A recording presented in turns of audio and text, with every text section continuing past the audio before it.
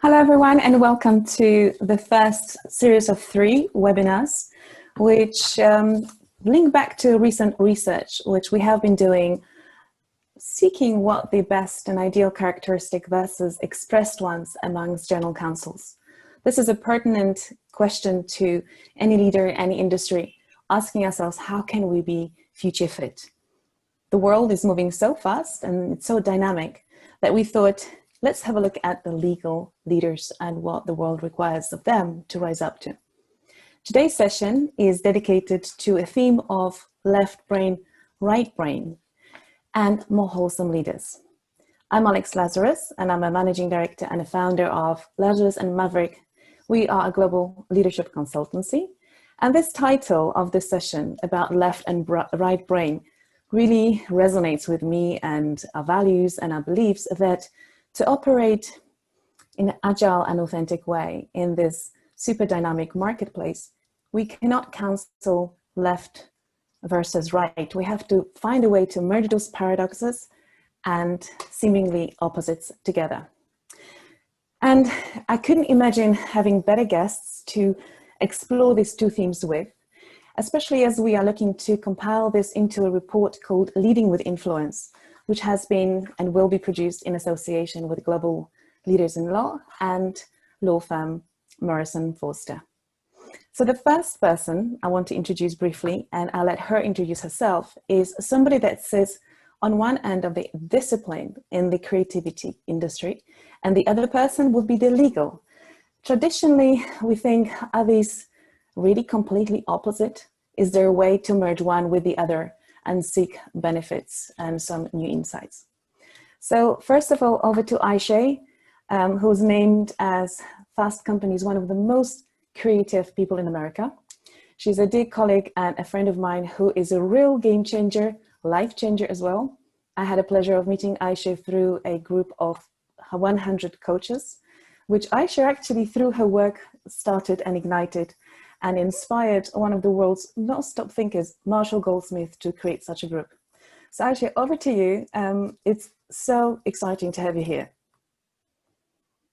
Alex, it's so good to be here together with you and Howard and everyone. Thank you for coming.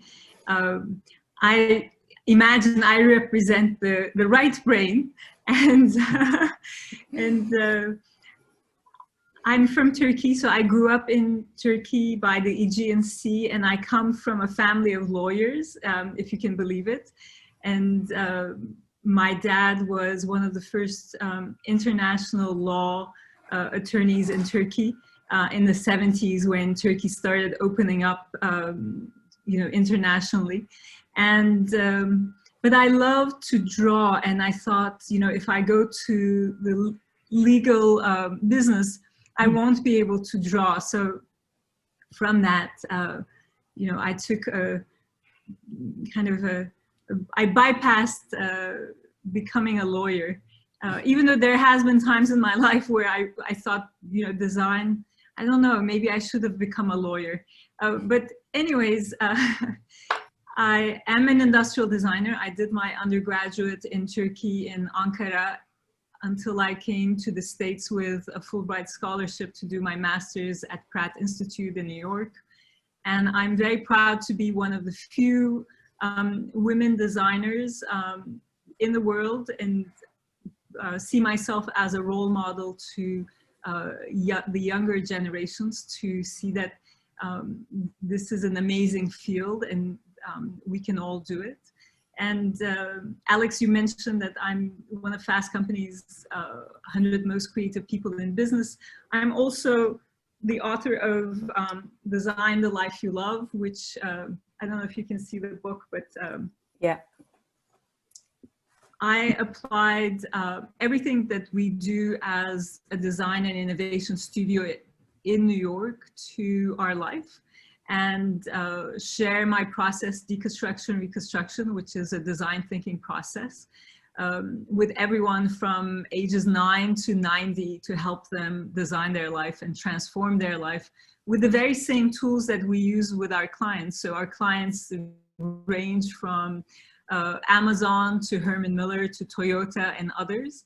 And So basically, these corporations create value with these very same tools. But I also wanted to make the tools available to people in terms of their life. And yeah, so that's who I am. Thank you. Thank you very much. A lawyer monkey. Well, it's a pleasure to have you here, Ayse, and I'm particularly interested in your storytelling and the tools that you're using, because in times of crisis, there are research reports that our creativity, inherent as well as expressed creativity, suffers in times of crisis. There's something that brain processes that are unfortunately counterintuitive when it comes to crisis. I really look forward to exploring that with you in a moment. Howard, over to you. So great to have you here as well. I am curious how this conversation will unravel, because your perspectives come from the legal profession. You are a highly experienced, seasoned chief executive, and tell us a little bit about yourself. Thanks ever so much. Well, I'm absolutely delighted to be on this panel, and I don't really mind being the Petri dish, which we push around salmon to see how the bacteria are growing. The law is traditionally regarded as very much left brain, analytical, rigorous, sticking to the rules, but there's so much more to it. And I have no doubt Ayse, who happens to have this tremendous intellect allied to this creative fire, would have made a very fine lawyer. So I was chief executive of Denton's for about 9 or 10 years, and took it into its first international transaction with a major US law firm. And I spent the last 3 years of my career at Denton's in the New York office, and I returned to work for Morrison Foerster in London. After that, back into my mother practice, which is, I'm afraid to say, restructuring and insolvency. And I hope nobody's sighing at the thought of that. Right now is a very busy time, but however busy it is, I'd want to be part of this panel. I work in a ferociously competitive industry.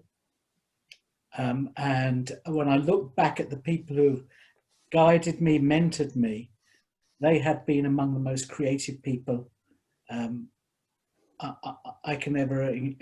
ever encountered. So I believe that creativity is insufficiently nurtured in the law, but plays a very important part of it. So I too am looking forward to this conversation. Thank you. Thank you very much, Howard.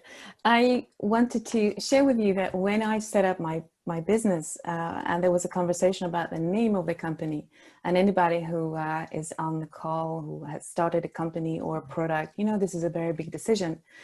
And when the name Lazarus and Maverick came up, luckily I married a guy with the right surname, but the Lazarus is about tradition, and it's about respecting also the parts, whereas the Maverick represents that restless energy, boundary pushing energy, and moving away from the name of the company. But it also represents what I see a lot in business, that those leaders who are able to really explore and embrace those paradoxes, they do much better. Interestingly, through our research, what we uncovered was that one of the key competency that will be required for future leaders to navigate through the complex waters of socioeconomic landscape, marketplace, is the ability to lead change. At the same time, there is tons of organizational psychology research that points to the fact that when it comes to change, people find it really hard. People will find many ways, conscious and unconscious, to actually resist that change. So however much we want to lead others through change, if we don't understand the impact of it on human psychology, human brain, it's going to be much, much harder.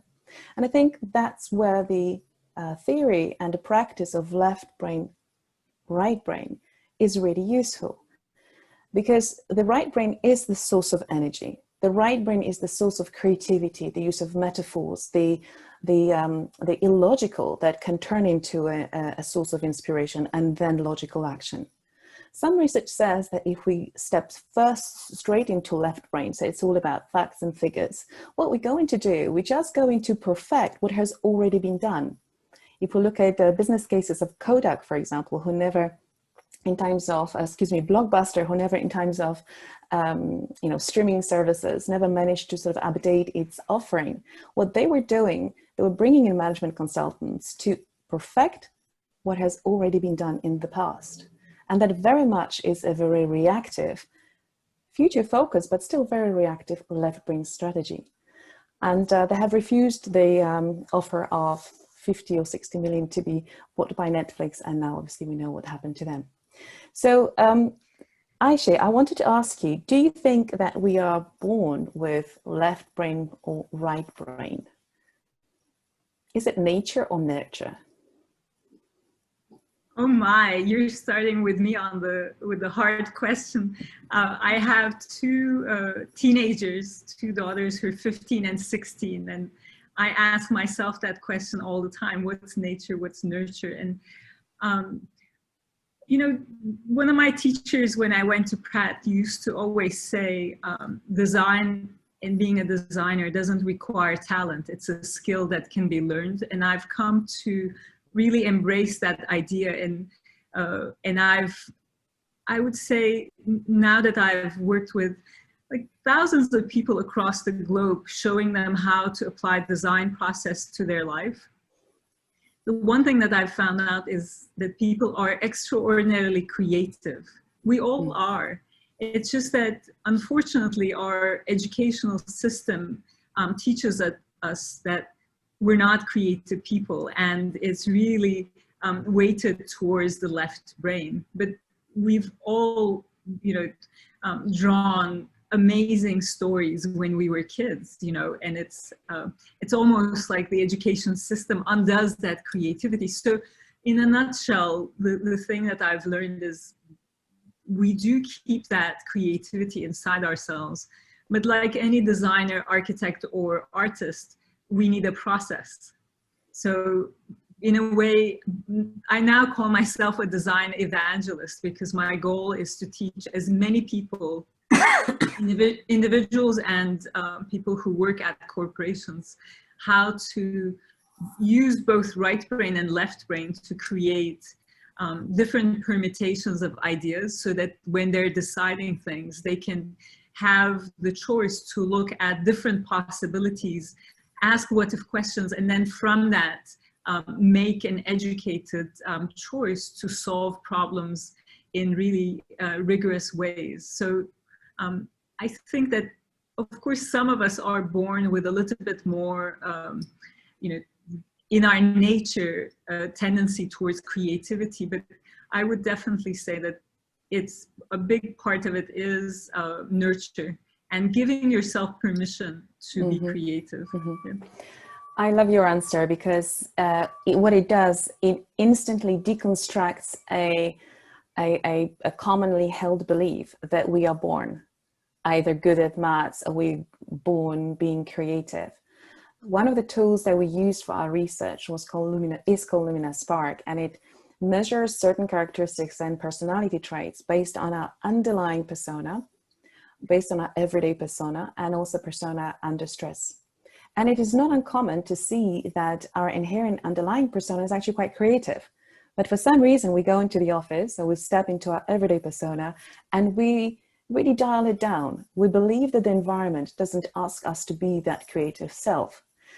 Howard, just wanted to ask you, what's your belief? Are we born or are we built creative folks? I'm very much with Ayse, and I certainly agree that there's a philosophical point about education, in the sense that it canalizes and directs us towards certain things are permitted rather than growing knowledge.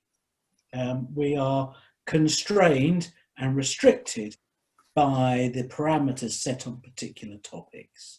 You see this in law. You see this because I always have a very strong opinion that the best lawyers often come from quite a generalist background, but they've covered a lot of ground and indeed had experiences outside of the law to be the fully rounded advisor they would want to be. So I think the most able people in whatever walk of life have two halves of a brain which are well connected and mutually support each other. The danger is that we work in walks of life which say left brain is not, left brain is favoured, forget your right brain talents. Thank you. It's interesting you said it's a philosophical issue as well, and I think it is a systemic issue with how we are educated as well in many parts of the world. It is so frequently that I'm coming across, and I'm a facilitator of leadership, large groups, senior leadership, board level, and I do see a thirst and curiosity about being creative, but I also feel people a little bit scared to be creative. They kind of don't know, will I look silly? What do I do here now? What should I? So I think actually what you're talking about, processes and tools, is I think a key part of this conversation. So we'll move on to that really quickly. When it comes to education, what I do see in large groups, we work with, sometimes we have up to 100, 200 people in a large conference setting, prior to COVID and now through the screen. We really encourage people to think of themselves not as, to really remove themselves from the know-how and embrace learn how. We call it EFTO, be an expert on finding things out. If you don't have the answer, that means there's something to find out. And isn't that exciting? But very often for decades, people were anxious about not having the right answer straight away. So when it comes to relying very much on the knowledge economy, our creativity, our curiosity, and our courage to be creative is becoming ever more so important. Over to just back to you, Howard. If I was to describe a lawyer as creative lawyer, what would that look like? Well, I would hope it would look like a lot of lawyers. The problem is that creativity, in the rather kitsch, stereotypical sense of being rather extrovert and uncaring for convention, doesn't represent what most lawyers are like. I'm not wearing a tie. Stop wearing a tie. Probably the last man in the world to stop wearing a tie. Now that doesn't make outrageous and challenging boundaries. Law firms themselves, the successful law firms, the really smart law firms, have cultures that encourage creativity, but all of them, because they're hierarchical, constrain it a bit. Because we've done it this way in the past, and change implies criticism of the way it's been done. We adore precedent and know-how, and probably one of the phrases one most commonly hears in a law firm is, don't reinvent the wheel. In other words, we've got a whole sophisticated a barrel of know-how about how to do something, sophisticated, and precedents, use those. Don't, and it's quite right, don't spend the client's money finding a new way, a better can opener. So the successful lawyers who are creative look like the rest of them, feel like the rest of them. But what they infuse is an open-mindedness, an intellect that draws on different elements of the law, asks questions, but you've got to work hard to spot them. The smart clients are the ones who can identify the lawyers who do have that little spark of creativity. There will come a time that's necessary. And Howard, you mentioned a tie.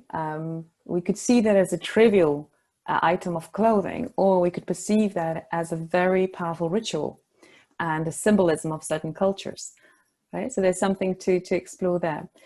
Ayse, I would love to ask you about fostering, igniting curiosity. When I work with leaders, I often identify situations where leaders are unaware that their employees and team members are being in the moment of curiosity, and what they do unwittingly, unconsciously, they suppress it. So I thought about, what would it be like if we had tools to facilitate curiosity instead of suppressing it? So I wanted to ask you, what tools have you used in your workshops with companies, with individuals? Because I know you work with such diverse range of clients doing really incredible things. You even inspire creative. So give us some tools here for igniting curiosity and seeing that in a workplace, something that everybody could do and replicate. Absolutely. So, Alex, before we go into that, I thought what Howard said it really resonated with me. First of all, Howard, you look great without a tie. So thank you. Now, as I was listening to you, again, you were making me think that, you know, having grown up with a lawyer in the house and seeing my dad work, over time, over the years, I really came to the conclusion that we're equally creative. It's just that his tools are different and his expression is different. And, you know, having worked with lawyers in design around especially, you know, IP protection, one thing that I realize is that most lawyers, most great lawyers have incredible amounts of empathy, which is one of the keystones of being a designer, to be able to put yourself in somebody else's shoes, in this case, your client's shoes. And even though their problems are not your problems, to understand those problems, that pain, and to completely put yourself at the service of you know, resolving that pain and moving them into a better situation, which in a way is really what design is all about. We put ourselves in the shoes of users and try to elevate their and take away their pains and solve for a better solution. It's just that the way we do it and our tools and context is quite different. So in a way, I was listening to you and I was listening to Alex, to you, and thinking, hold on one second. I think that so many of you are creative, but maybe not using the same terminology. So empathy is one, but I'm also sure that you're constant learners.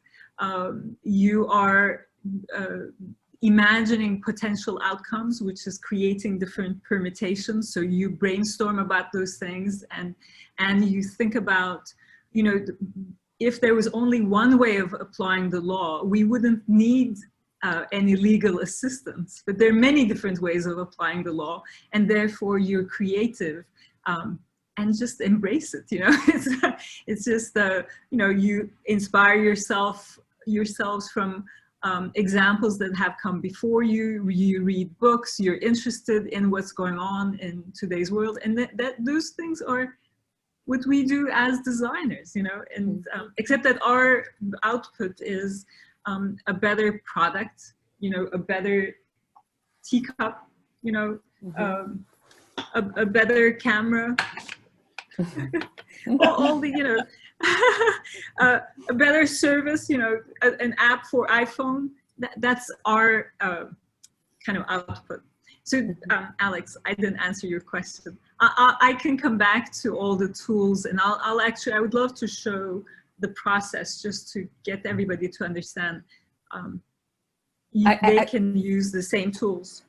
Actually, I would love to, maybe if Howard, you agree to have a look at those tools now, just to make sure we don't run out of time, because I've participated, of course, we use a lot of tools in our consultancy, bringing up creativity, curiosity, and that sort of maverick spirit, shaking up the rules for the good reason. But your tools are so wonderful. I've sat on many of your sessions, and within 45 minutes, I had aha moments. So if you show us what you do, things that we can play around with, anybody who's on listening in now thinking, I could do this at home, I could do this with my team. Please go ahead and show us what these are.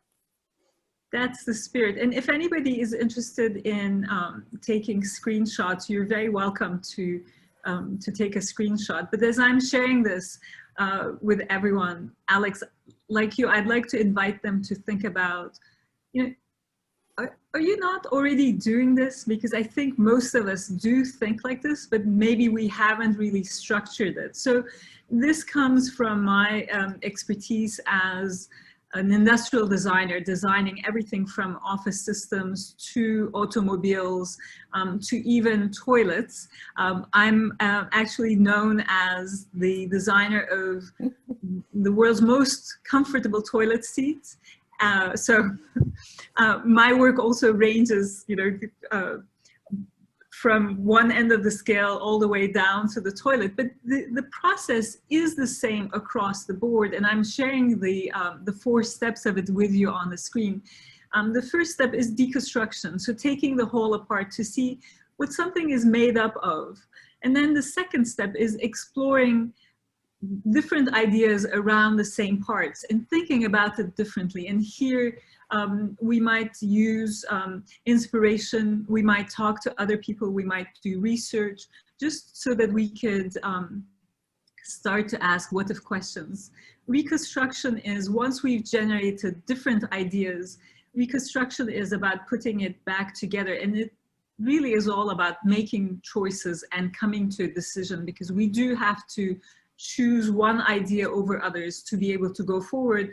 And then the 4th step is giving it expression. So how are you going to express this idea? And that could take a written form, it could take a visual form, it could be a math formula. There could be many different ways of expression. And if you want to remember this, I learned this trick recently. Just think of DRE as the acronym: deconstruct, explore, reconstruct, and express. And as you're working on your next case or next client, just think about, try to catch yourself in the act of deconstructing or exploring or reconstructing or expressing, and I'm sure you'll find it. Alex, may I show an example from the restaurant business in terms of how they are reconstructing themselves? Is this a good time for that? Of course, please do. Okay. And I'll dive into that. Yeah, lovely. And just before we do that, I'm just curious, Howard, knowing what you know about the legal profession, its rituals, the way you operate, daily habits, communication, would you see a quick application for DRE? Yes, of course. You talk about the rituals, habits. These are the elements which Karl Marx called the dominant ideology, the glue, in his case, that holds society together and persuades the proletariat to accept the dominance of the bosses, who are a very small section of society. Mm. In law firms, we have very strong cultures, successful cultures, and they can be tremendously good at firing up people, making them think it's impossible to work elsewhere, accepting very heavy workloads and a commitment which goes above and beyond. But the most successful law firms, as I said, are the ones where the rubric, don't reinvent the wheel, is spoken all the time. So yes, these tools have an application. You can find the open-minded and creative cultures that will embrace them.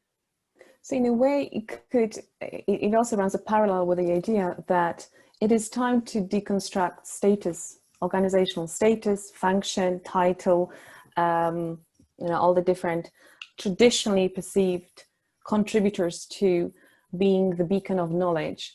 I've seen the creativity come from most unexpected places, if only everybody's allowed to speak their mind.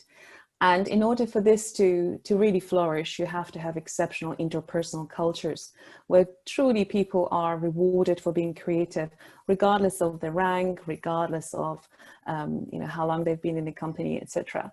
Ayse, I would love to take you up on the offer to show us how this process worked for one of your industries. So thank you. And again, I'm learning as we're having this conversation as well. So Alex and Howard, thank you so much for kind of not only inviting me to share my expertise, but also listening to you makes me think through my own experiences. And it's very enriching. So, and I hope as I share this, that everybody who's here listening to us could think about, I'm going to show you the restaurant business, but think about something maybe that you're working on. It the business that you are thinking about for maybe one of your clients, or even the law or the legal business itself. But so the restaurant business, when we say the restaurant business, what's it made up of? If you look at the parts of that make it up, you're deconstructing it. It's kind of like looking at the ingredients. So they're, in a nutshell, and this is not complete, but it will give you an idea. They're experts in food. They have a gathering space that we call the restaurant. They offer a dining experience. They're usually a local business. You know, we have this restaurants that at the corner, let's say, it's within walking distance or driving distance. They're experts in sanitation. They also are a food pantry. They store food. They store cleaning supplies. They do have loyal customers as well as new customers. But if we're going there, they're probably a trusted brand that if we're there, we trust that they know what they're doing, that they're going to feed us well, it's going to be delicious, and it's going to be good quality. We're not going to get food poisoning. And they're also experts at making food. Now, let's look at a moment of crisis, which COVID is a good one as any, if not the best. So when you look at the restaurant business in the crisis context, what does COVID represent? COVID is a virus.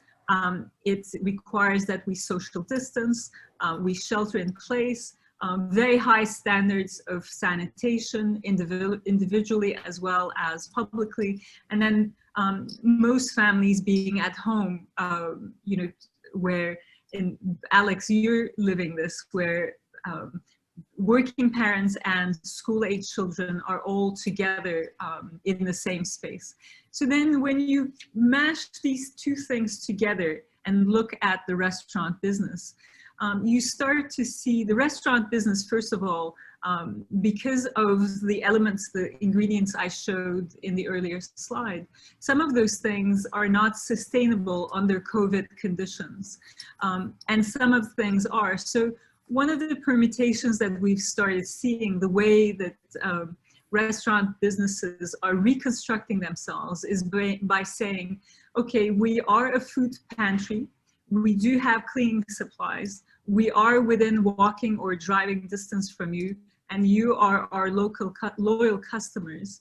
We can provide you food, whether it's takeout or food ingredients. We can even sell you cleaning supplies, and I've seen this in my neighborhood where you could get toilet paper from your neighborhood restaurant.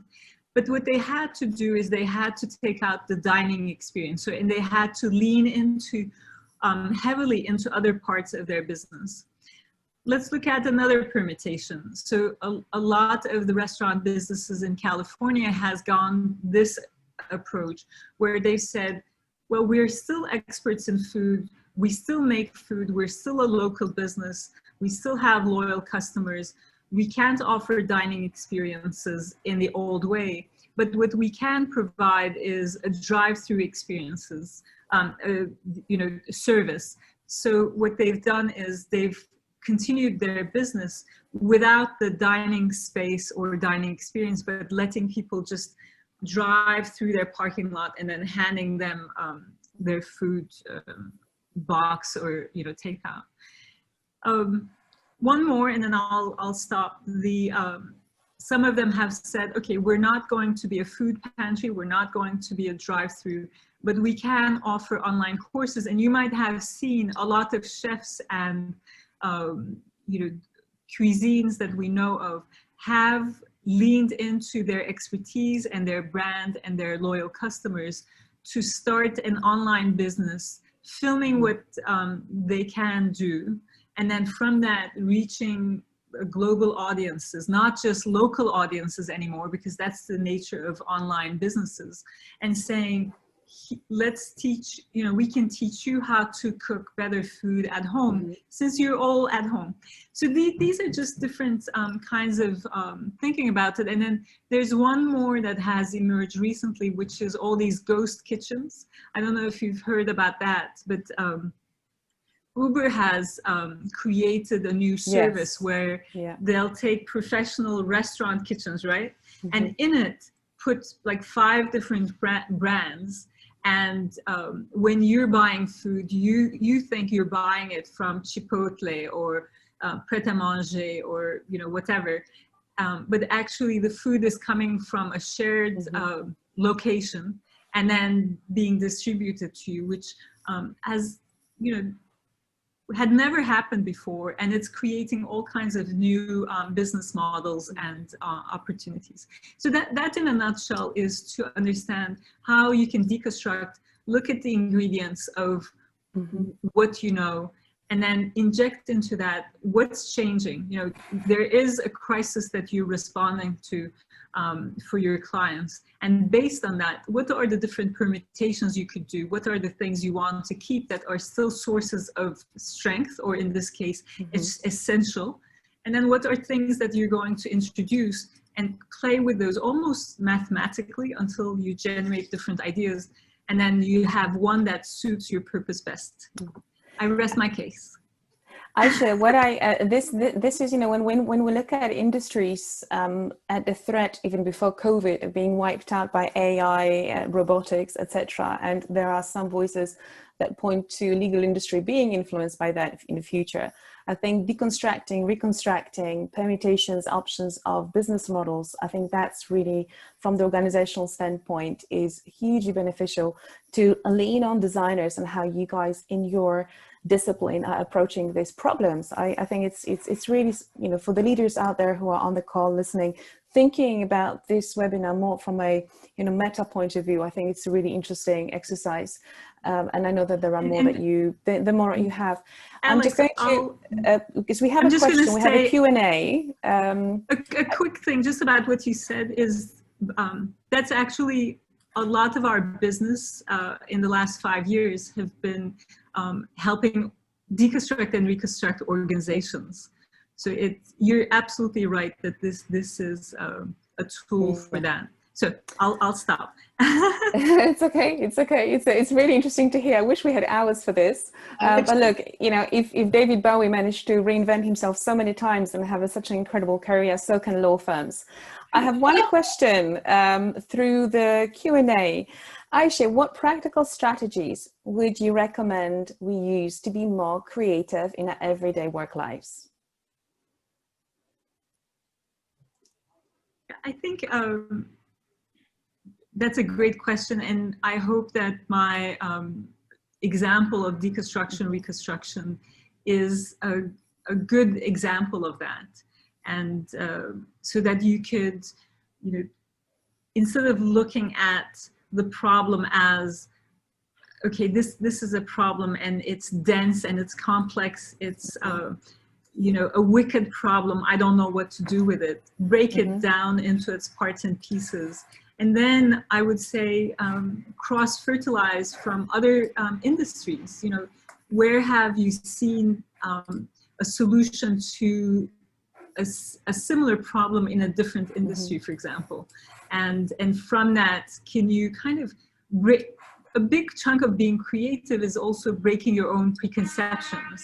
So once you deconstruct something, and you're also starting to break your preconceptions and saying,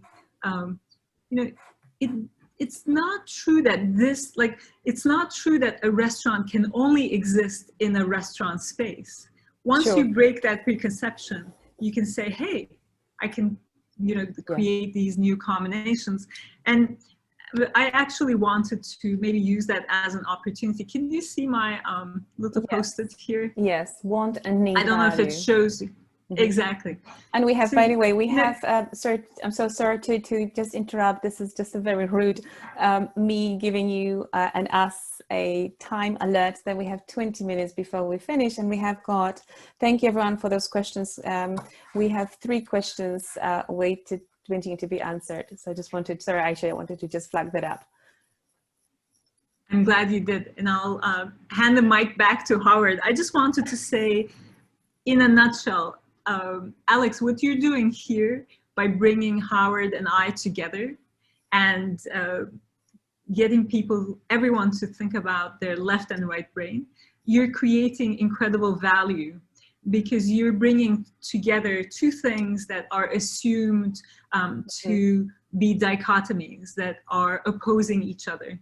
And by bringing us together, you're showing that left brain and right brain can coexist.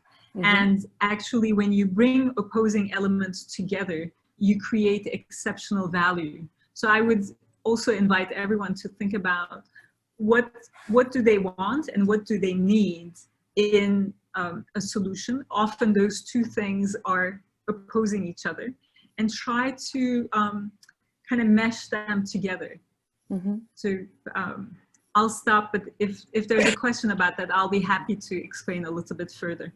Thank you. That's quite inspiring insights, Ayse, Alex. 3 questions that are posed to me on our question board.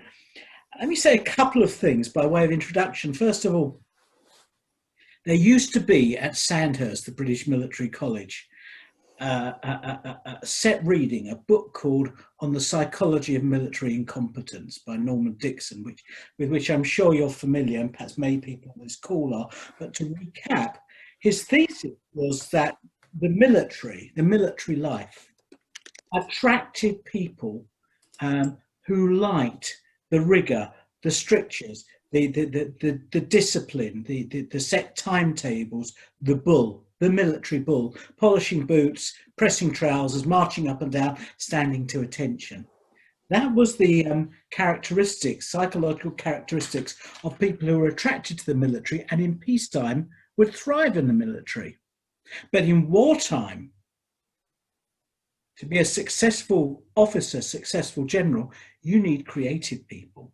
Mm-hmm. People who are willing to break the rules where appropriate. And he gives the example of Nelson, who invented a whole new suite of naval tactics, Napoleon, who we knew was a great general, whatever else you think about him, and contrasted them with some of the generals, particularly Field Marshal Haig from the First World War, who had no tactics other than to send brave soldiers out of the trenches to face machine guns.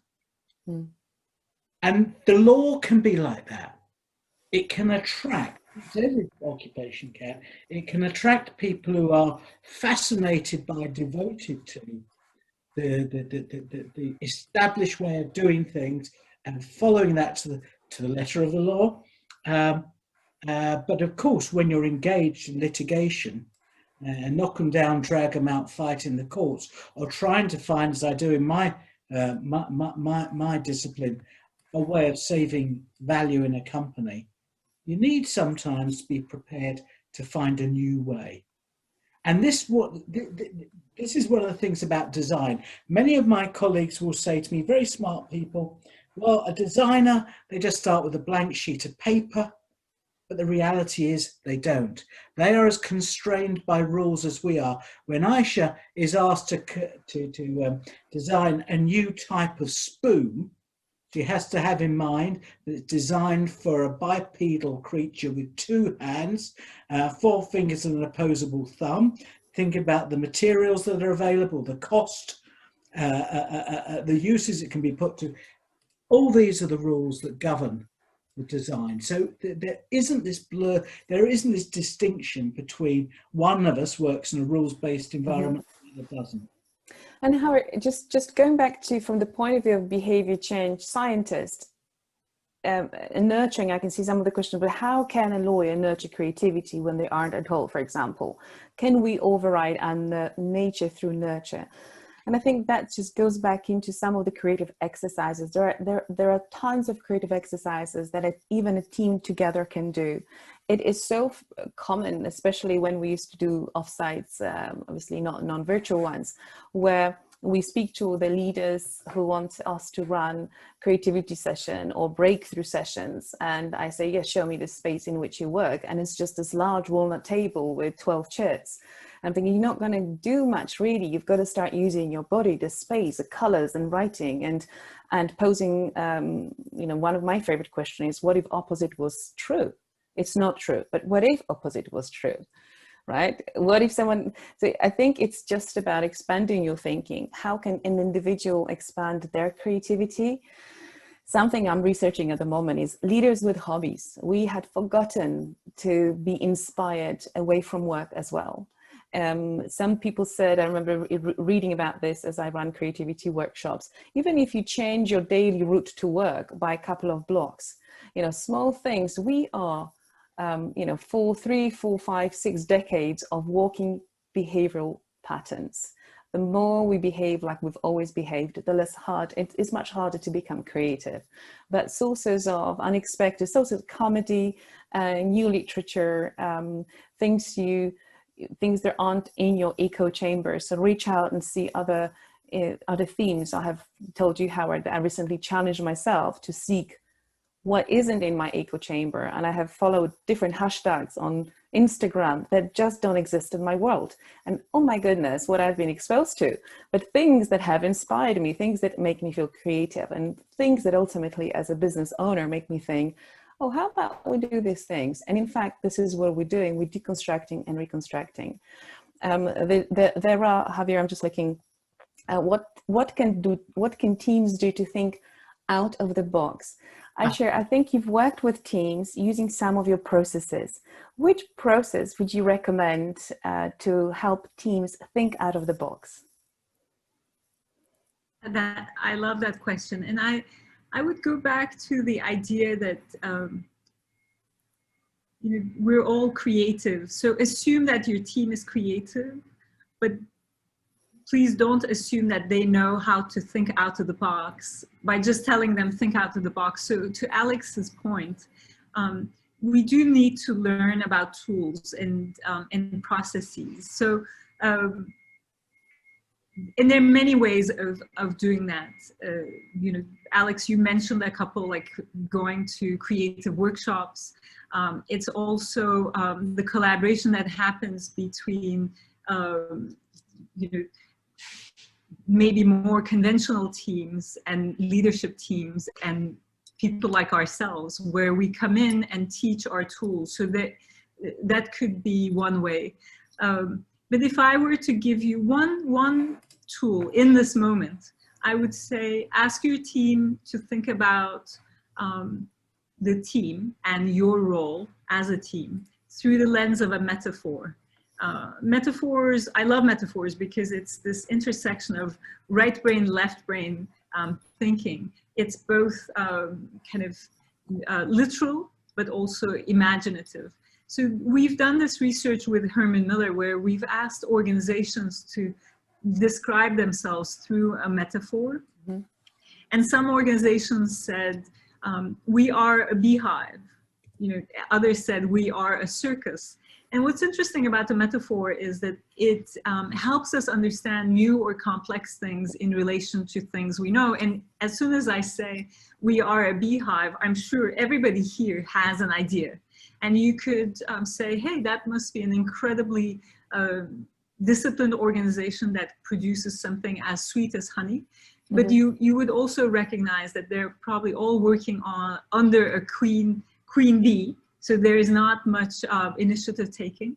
And the same thing with a circus. You might say, oh my God, a circus, who wants to work in a circus? It's probably things are out of control, until you remember a circus is a place where many different individuals who are extraordinarily talented hone their skill every day and perform it in front of others. So maybe you would love to be a circus organization in the best possible way.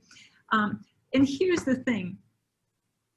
What we've done in our work with companies like Nike, Converse, Tiffany & Co. is ask them that simple question and then just listen. And what we've realized is often team members don't use the same metaphor. And so you might have one team member or a couple team members who think, oh, our goal is to climb Everest. And then the other team member thinks, we're in a walkathon. And that creates incredible friction because you're not kind of sharing the same goal.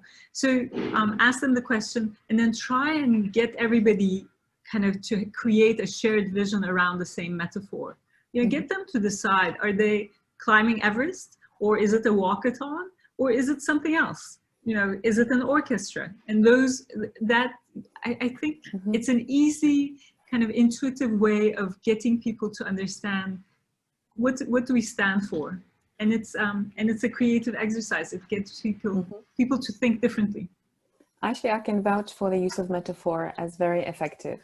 It really is. I know that many business schools on MBAs will include that exercise to deconstruct people's thinking, and in group exercises.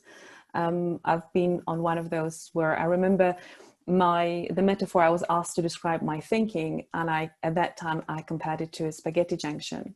I was, my life was chaotic, young mom running the business, and all I could see was just a spaghetti junction. I was asked, what metaphor would you prefer it to represent? So I had built a different one. And then it was, what steps do you need to take in order for your internal cognitive power to look like the new metaphor? It was really powerful. It was only half an hour exercise and really got me thinking in a new direction. So it's one of the ones we do as well with teams. There's another one, just to Javier's point about how do we get teams to think out of the box? Another really creative exercise and fun was by giving a team of 6 all kinds of colorings and pens and pencils, and asking them to, so it started with the first person, random person, chosen at random. Somebody drew a small symbol that described how the person felt about the work issue or project, and the others had to continue adding pictures on the basis they would had to present a wholesome piece of art. And the conversations that ensued from that was, but why did you use a cross? Well, it's a cross because it's a crossroad. Tell me a bit more about what is a crossroad? What is the intersection between? And why did you use a sun? Well, I thought it was, we need something to lighten the load, etc. And it really was a very interesting conversation the teams wouldn't have otherwise. Another exercise I do have here is called parachute and engine. I do this quite a lot. I draw a parachute on a white piece of paper or whiteboard, and on the left, it's a speeding car engine. It's a racing car. At the back, you don't have to have great drawing skills. I don't, but it still works. So it's a racing car, and it's got a parachute attached to it at the back. So on one hand, it's this force of power. It's got lots of power propelling it forward, but it also has got what I call the parachute. It's holding it back. And then we ask teams saying, identify what is propelling you forward right now across your culture, communication, business opportunities. But then also, what is that, parachute that is attached to the back of your power that is actually pushing you backwards? Another conversations that can be quite rich after taking out the sort of the reason and the logic and embedding some metaphors into business conversations. Howard, there's a question here for you. How long do you truly believe it will take legal industry to embrace the right brain qualities? Do you see this one? I do, and it's a great question. This will be driven by competition. This will be driven ultimately by clients who want that. On the one hand, a client wants to be satisfied that the lawyer provides all the strength and characteristics that a person of the law, a woman or man in the law should provide, but will also want to know that they're figuring out the best, most efficient, cheapest way to achieve their goals. And while it seems that the legal profession is a monolith and doesn't change over the years, it's changed dramatically within my lifetime. I will add something which I think is a very important thing to remember, and was said to be by my former firm. My partner and friend who ran our office in Cairo said to me, most law firms, if you look at their marketing collateral, will boast that they think outside the box. In the law, more than any other walk of life, the art is to think within the box. You can't ask the client to stump up the cash, to go and take a case to the Supreme Court and make new law, or to lobby Parliament to introduce a new act.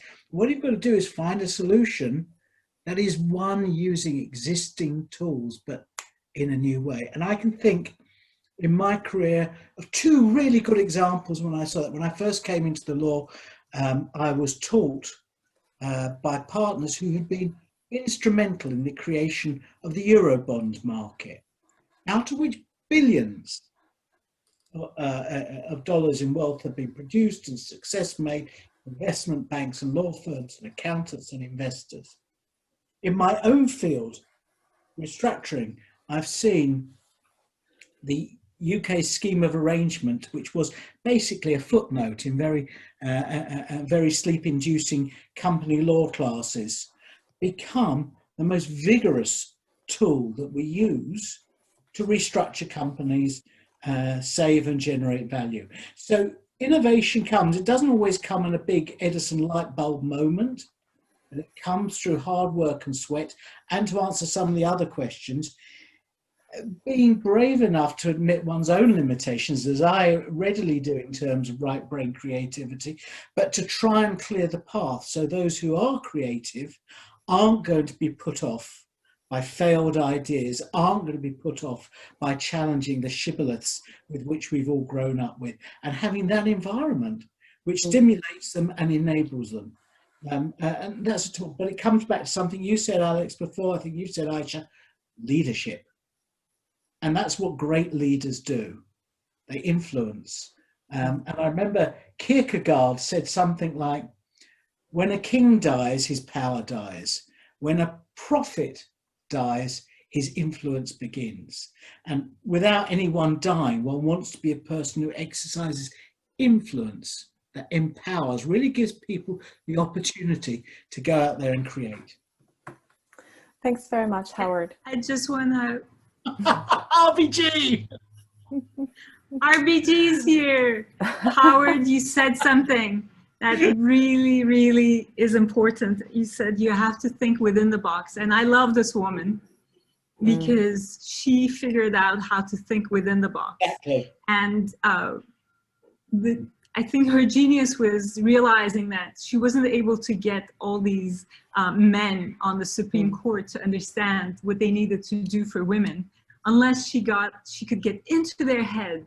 And she did that, but I think you all know this story, but by defending cases that were unjust to men.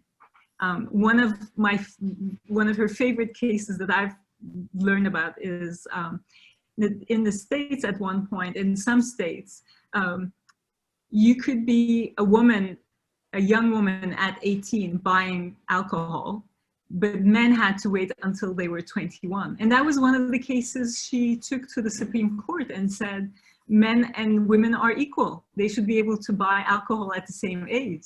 And that was the first crack, right?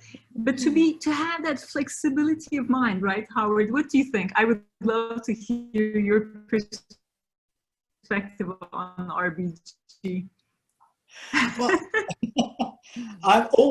I mean, she is a classic example of somebody who's constrained by a box, the Constitution and precedent under US common law. And yet she found answers. Now, not everybody will agree with them, but her legal reasoning was, and her logic were outstanding and very hard to fault. So she's a perfect example of right brain and left brain. I mean, couldn't think of a better one. Thank you, Howard. We are 1 minute to 4, so we are now running a little bit of time. For those of you who are still with us, I can see 87 participants, so wonderful that you are still tuning in. We will carry on for another 5 minutes or so, for those of you who are able to stay with us. For those of you who aren't, I think I can summarize the session as a moment to provoke our thinking. How can traditionally perceived businesses that operate in a left brain invite what is traditionally perceived as right brain? And what is an amazing opportunity and the results that you can receive by merging those two. I'm a big fan of putting together contrasts. I think that's what makes life and businesses more interesting, and it's a catalyst for new thinking. And I love the fact that we had you, Howard, from a law firm, and Ayse from a very creative background. Ayse, the things you talk, the different topics you cover, whether it's your TED Talk, whether it's your work on personal behavior change, are really very well captured in your book, which actually your book is full of exercises. You talk about the 4 quadrants, you talk about metaphors, heroes as inspiration, you talk about vision map as expression, vision letter as expression. Those of you who would like more tools, I think this book will be quite a nice manual for you, and it is actually published in a way that it looks like a manual as well. There we go, we've got it here. Okay, wonderful. The other thing that I would just say from a leadership development and culture development perspective is allow yourself some time to develop a culture that rewards creativity. Have conversation with people and your employees, your team members, your nearest colleagues, saying, how creative are we? If we were more creative, what would this mean? Do we want to be creative? What do you do that's creative in your personal life? So first of all, have conversation about this basic concept of what's considered creative. And then give yourself time, could be up to 3 months, a 12-week period, when you say, at the end of this period, at the end of the 3 months, what do we want to see that we do differently as a result of becoming a little bit more creative? And then really just build small steps forward. Give your employees tools. There are courses available on igniting creativity. There are things that don't cost money, anything that you identify as something that inspires you. The earlier research that I have started to conduct, the early insights on even leaders with hobbies, identify that those who have hobbies, who put aside creative time in their lives, they tend to benefit from it so much that it makes them more robust, more resilient, and more probably well-rounded leaders. So think about leadership capabilities that you can build indirectly. They don't have to necessarily be at work to start with, but bring your whole self to work and the underlying personal creativity that you already have. And I think we have, 3 minutes left. So Ayse, what's your final thought for the day? So many, I'm sure. Sorry, I'm giving you just one. No, this was really wonderful, Alex. You are the true left-right brain person here, and thank you for thinking of bringing Howard and I together. And for me, it was just very enriching. It feels like it. This has been my life intersection, right, between law and design. And even though you didn't know that, you instinctively felt, hey, I need to bring these two people together. So it was a great exercise for me as well to think about how are design tools applicable or meaningful to the legal profession, and then how are we more similar than different? And I, in the process, I feel like I gained a new friend in Howard. So I'm really thankful for that.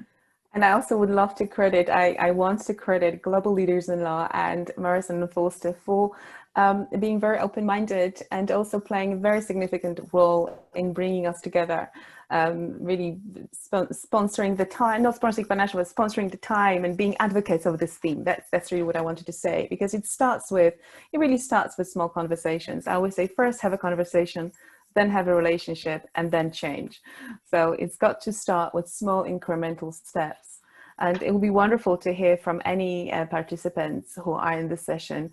Feel free to email us. I don't know if I have opportunity. Yeah, I think I can send you my email address.